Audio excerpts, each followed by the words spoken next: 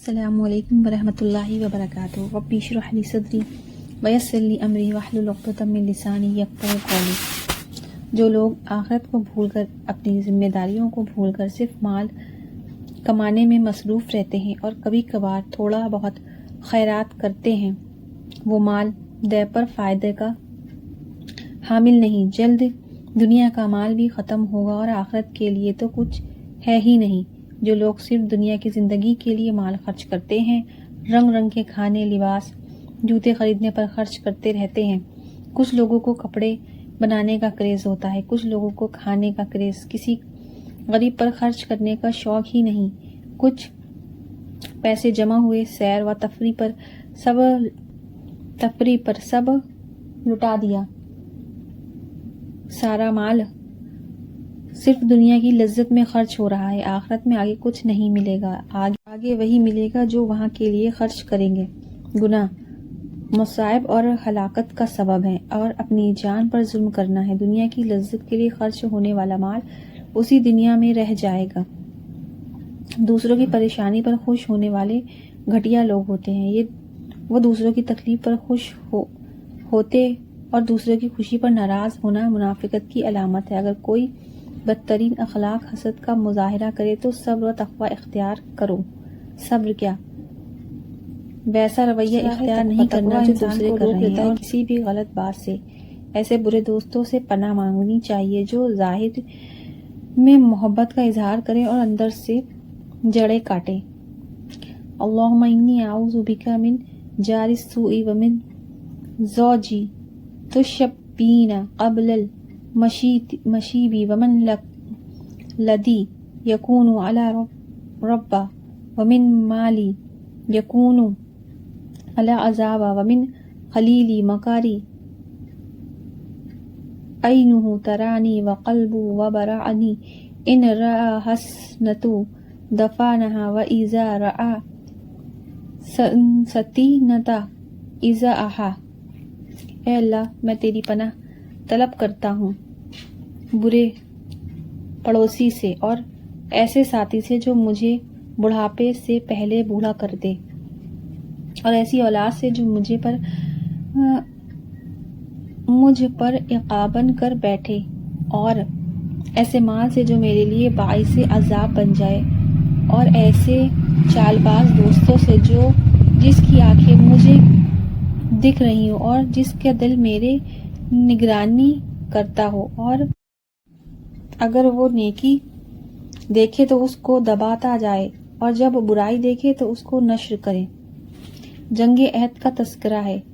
صبح سویرے کام کے لیے نکلنا آپ صلی اللہ علیہ وسلم کا طریقہ ہے. آج ہم نے وہ چھوڑ دیا اور کامیاب قوم نے اپنا لیا. جنگ میں لوگوں کو متین کرتے ہوئے کام کے ساتھ ساتھ دعائیں بھی مانگتے جا رہے تھے جنہیں اللہ تعالیٰ سن رہے تھے. مومن اسباب اختیار کر کے بھروسہ اور توکل اللہ پر کرتا ہے، ساتھ ہی دعائیں بھی مانگتا رہتا ہے. عبداللہ بن ابی اپنے 300 ساتھیوں کو لے کر آگے ہو گیا تو کچھ ایمان والوں کے دل بھی ڈر گئے. اس پر ان کو تسلی دی جا رہی ہے. اللہ تعالیٰ کی مدد ایسی اعتبار سے آتی ہے جتنی ہمارا جذبہ ہوتا ہے. آپ صلی اللہ علیہ وسلم کو جب مشرکین نے زخمی کر دیا تو آپ صلی اللہ علیہ وسلم نے فرمایا وہ قوم کیسے فلاح پائے گی جس نے آپ نبی صلی اللہ علیہ وسلم کو زخمی کر دیا. اس پر یہ بتا دیا گیا کہ بندوں کو ہدایت دینے کا کام اللہ کا ہے. کبھی یہ نہ سوچیں کہ فلاں تو نہیں بدل سکتا. جنگ عہد کے ساتھ سودے کا ذکر کیوں آیا؟ مشکل آئی ہی مال کی محبت کی وجہ سے تھی. مال کی محبت انسان کے لیے ناکامی کا باعث بنتی ہے اگر اس میں مشغول ہو کر اپنی مقصد کو بھول جائیں. رحمت اور بخشش کیسے آتی ہے؟ اللہ اور اس کے رسول کی اطاعت سے. رسول اللہ صلی اللہ علیہ وسلم نے فرمایا، جنت کیا ایک کنارے سے دوسرے کنارے تک 40 سال کی مسافت ہے، اور جنت پر ایک دن ایسا آئے گا کہ وہ لوگوں کے رش کی وجہ سے بھری ہوئی ہوگی۔ وہاں کی خوبصورتی کا کیا کہنا، لیکن اگر دنیا کے گھروں کے لیے سب کوشش لگا دی جائے اور وہاں کے لیے محنت ہی نہ ہو تو قیمتی چیزیں صرف تمناؤں سے نہیں ملتی۔ جنت کیسے ملتی ہے؟ جو خوشی اور تکلیف میں خرچ کرتا ہے۔ ایک شخص کے پاس بہت مال، جتنا دے فکر نہیں۔ ایک وہ ہے کہ اس کے پاس بہت نہیں مگر مناسب مال رکھتا ہے، اس میں بھی دے کر ضروریات پوری کر لیتا ہے۔ اور ایک وہ ہے کہ بہت کم مال ہے، جو بہت کم مال ہے، خود بہت ضرورت مند بھی ہے، پھر بھی اللہ کے راستے میں دیتا ہے۔ اس کا دینا سب سے زیادہ پسندیدہ ہے، شاید غصے کو کنٹرول کرنے والا ہے، لوگوں کو معاف کرتا ہے۔ کوئی بے حیائی کا کام کر بیٹھے تو توبہ کرتا ہے۔ ابو دردہ کہتے ہیں کہ رسول اللہ صلی اللہ علیہ وسلم نے فرمایا، جو شخص اپنے غصے کو نافذ کرنے کے باوجود اسے پی گیا تو اللہ تعالیٰ قیامت کے دن اس کے دل کو امید سے بھر دے گا۔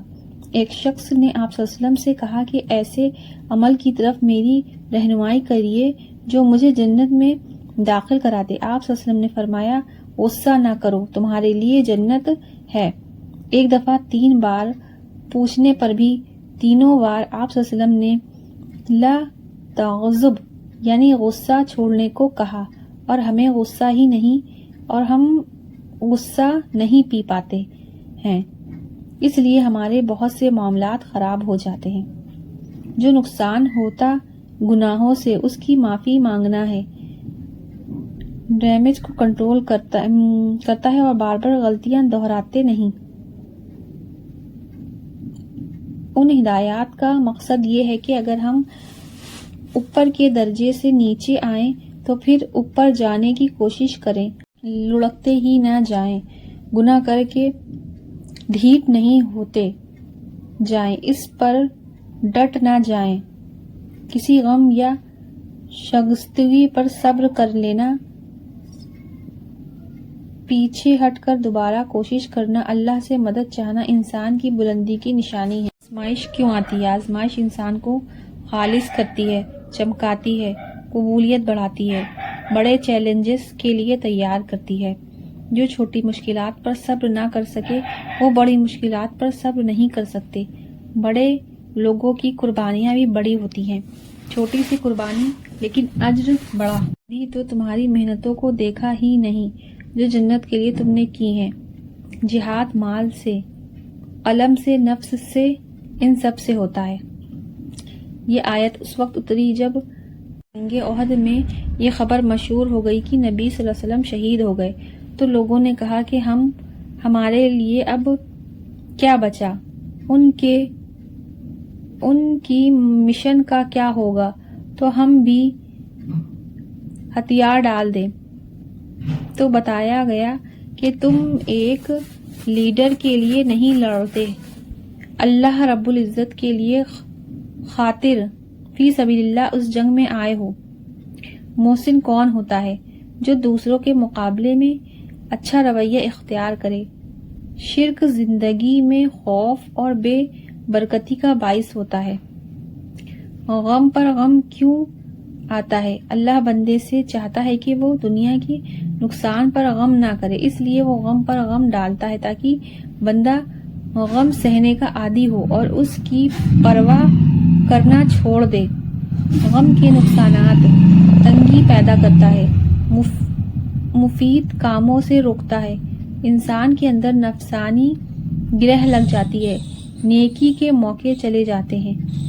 چاہیے کہ اپنے نفس کو دعا کے ساتھ خوش رہنے کا عادی بنائیں۔ اللہم انی اعوذ بک من الہم والحزن، اے اللہ بے شک میں تیری پناہ لیتا ہوں دکھ اور غم سے۔ سینہ کھلا ہوگا، خوش ہوگا، پر امید ہوگا تو دوسروں کو بھی خیر کی رغبت دے گا، ثابت رکھے گا۔ یہ بھی ترغیب دی گئی کہ کوئی چیز چھوٹ جائے اس پر غم نہیں کرتے رہنا چاہیے۔ اللہ کی رضا سمجھنا چاہیے۔ جیسے جب غم کی کیفیت میں انسان بہت رو لیتا ہے تو ایک سکینت سی طاری ہوتی ہے۔ نیتوں کا کھوٹ ہو یا کام کے جذبے میں کوئی کمی ہو تو یہ ساری چیزیں انسان کو ہلا دیتی ہیں۔ تکلیف یا آزمائش انسان کو یا تو نیچے دکھلا دیتی ہے یا بلندی عطا کرتی ہے۔ یاد رکھیں اگر دلوں میں منافقت ہو تو نیکی کے موقع بھی چھین لیے جاتے ہیں، پھر اللہ نیکی کی توفیق بھی چھین لیتا ہے۔ بعض اوقات کوئی ایکسیڈنٹ میں مر جائے تو حسرت ہوتی ہے کہ نہ جاتا تو بچ جاتا، تو اس کی نفی کی جا رہی ہے۔ دائی یا لیڈر کی صفات: نرمی، تواضع، کندھے جھکا دینا، ساتھیوں کے لیے دعا کرنا، ان کی فکر کرنا۔ رسول اللہ صلی اللہ علیہ وسلم نے فرمایا، نرمی کاموں کو خوبصورت بنا دیتی ہے۔ نرمی جس چیز میں بھی ہوتی ہے اسے زینت بخشتی ہے، اور جس چیز سے بھی نکال دی جاتی ہے اسے بدصورت کر دیتی ہے۔ نرمی گھرانوں کو فائدہ دیتی ہے۔ جس گھرانوں میں نرمی عطا کی گئی تو ان کے لیے فائدے کا باعث ہے، اور جن گھرانوں سے نرمی روک لی گئی تو ان کے لیے نقصان کا باعث ہے۔ اس انتظار میں نہ رہیں کہ دوسرا نرمی اختیار کرے۔ آیتوں میں توکل کا درس ہے۔ نرمی کا آغاز کرنے والے بنیں۔ یہ چار چیزیں ساتھ ساتھ چلتی ہیں: تلاوت قرآن، تزکیہ، دلوں کے میل کچیل نکالنا، تعلیم کتاب، حکمت۔ یاد رکھیں جب تک اصلاح نہ ہو تب تک تعلیم کا مقصد پورا نہیں ہوتا۔ دین کے راستے میں نکلنے میں بعض اوقات نقصان اس لیے ہوتا ہے کہ اللہ تعالیٰ پرکھنا چاہتا ہے کہ کون استقامت اختیار کرتا ہے اور کون چھوٹے نقصان سے اس راستے سے پھر جاتا ہے، تاکہ اللہ منافقوں کو الگ کر دے۔ عام مومن کی موت کے بعد رزق جنت میں جا کر ملے گا، لیکن جب اللہ کے راستے میں شہید ہوتا ہے اسے برزخ کی زندگی میں بھی رزق عطا ہوتا ہے۔ رسول اللہ صلی اللہ علیہ وسلم نے فرمایا، شہید قتل کی صرف اتنی ہی تکلیف محسوس کرتا ہے جتنی تم میں سے کسی کو چیٹی کے کاٹنے سے ہوتی ہے، اس لیے اس کے خون کے پہلے قطرے کے ساتھ اس کی بخشش ہو جاتی ہے۔ جنت میں اس کا ٹھکانہ دکھا دیا جاتا ہے، عذاب قبر سے محفوظ رہے گا، قیامت کے دن بڑی گھبراہٹ سے محفوظ رہے گا، ایمان کے لباس سے مزید مزین کر دیا جائے گا۔ حضرت عمر رضی اللہ عنہ دعا کرتے تھے، اے اللہ مجھے اپنے راستے میں شہادت عطا کر اور میری موت اپنے رسول اللہ صلی اللہ علیہ وسلم کے شہر میں عطا۔ ایمان کی علامت: مومن دوسرے مومن کی خوشی پر خوش ہوتا ہے۔ جب چیزیں بہت مشکل ہو جائیں تو اللہ تعالیٰ سے دعا مانگا کریں۔ حسبنا اللہ و نعم الوکیل، یہ وہ کلمات ہیں جو ابراہیم علیہ السلام نے اس وقت کہے جب انہیں آگ میں ڈالا گیا تو آگ ان پر ٹھنڈی ہو گئی۔ اس میں بھی توکل کا ذکر ہے۔ یہ توکل کی چار انعام تھے کہ نعمت، فضل، تکلیف دور ہو جاتی ہے، اللہ کی رضا حاصل ہوتی ہے۔ اللہ کی نافرمانی کے باوجود اگر پکڑ نہیں آ رہی تو یہ نہ سمجھیں کہ اللہ راضی ہے۔ اجر عظیم کس کو ملتا ہے؟ جو ایمان کے ساتھ تقوی اختیار کرے۔ تقوی انسان کے دل پر چیک ہوتا ہے کہ برا نہیں سوچنا، کوئی بری بات زبان سے نہیں نکالنا، عمل میں بھی خیال رکھنا ہے کہ کسی کے ساتھ زیادتی نہیں کرنی۔ وہ جو سمجھتے ہیں ہم غنی ہیں، سمجھتے ہیں اللہ خود نہیں دیتا، ہمارے ذریعے دیتا ہے۔ اصل کامیابی کا آگ سے بچنا اور جنت میں داخل ہونا۔ خوش بخت وہ ہیں جس کی موت اللہ کی رضا میں آئے۔ وہ ہیں جو دنیا کی دولت اور اس کے سامان پر انحصار کر کے بیٹھے ہوئے ہیں۔ یاد رکھیں رسول اللہ صلی اللہ علیہ وسلم نے فرمایا، جنت میں ایک کوڑا رکھنے کی جگہ دنیا اور جو کچھ اس میں ہے سب سے بہتر ہے۔ بڑے دل والے ہی بڑی ہمت رکھتے ہیں اور بڑی درجات پاتے ہیں۔ ان پر چلنا آسان نہیں۔ رسول اللہ صلی اللہ علیہ وسلم نے فرمایا، سب سے بڑی آزمائش انبیاء پر، پھر صالحین پر، پھر پھر درجہ بدرجہ عالم لوگوں پر آتی ہے۔ انسان پر آزمائش اس کے دین کے اعتبار سے آتی ہے۔ دین میں پختگی ہو تو آزمائش میں اضافہ کر دیا جاتا ہے، کمزوری ہو تو آزمائش کم کر دی جاتی ہے۔ ایسے میں جو اللہ سے راضی ہوتا ہے اللہ اس سے راضی ہو جاتا ہے، اور جو اس سے ناراض ہوتا ہے اللہ اس سے ناراض ہو جاتا ہے۔ منافق کی علامت: کسی دوسرے کی محنت پر خود تعریف چاہنا۔ اللہ کو سب پتا ہے کون کس وقت کس اخلاص کے ساتھ کیا کوشش کر رہا ہے۔ رسول اللہ صلی اللہ علیہ وسلم نے فرمایا، رات مجھ پر چند آیتیں نازل ہوئی ہیں، اس آدمی کے لیے ہلاکت ہے جس نے ان کو پڑھا لیکن ان پر غور و فکر نہیں کی۔ آپ صلی اللہ علیہ وسلم تہجد کے وقت وضو کرنے سے پہلے ان آیتوں کو پڑھا کرتے تھے۔ یہاں ذکر کو غور و فکر پر مقدم رکھا گیا۔ امام الدرہ سے پوچھا گیا، ابو الدرہ اکثر کیا کرتے تھے؟ وہ کہتے ہیں وہ اکثر سوچوں میں غرق رہتے تھے، غور و فکر کرتے تھے، اور غور و فکر کرنے کے لیے خاموشی بھی ضروری ہوتی ہے۔ ان سے پوچھا گیا، کیا آپ کا کیا خیال ہے، غور و فکر کرنا عمل سے کوئی عمل ہے؟ انہوں نے کہا، یہ یقین ہے، یعنی علم کے ساتھ غور و فکر کرنا یقین میں اضافہ کرتا ہے اور اس سے عمل بہتر ہوتا ہے۔ ابن عوان کہتے ہیں، غور و فکر کرنے سے غفلت ختم ہوتی ہے، دل میں خشیت پیدا ہوتی ہے۔ جتنا غم دلوں کو چمکاتے ہیں اور کوئی چیز نہیں چمکاتی، جتنا غور و فکر سے دل روشن ہوتے ہیں اتنا کسی اور چیز سے روشن نہیں ہوتے۔ ان آیات میں موجودہ دعائیں مانگنی چاہیے، یہ قبولیت کی دعائیں ہیں۔ ان آیاتوں میں ساری دعائیں ربنا سے شروع ہو رہی ہیں۔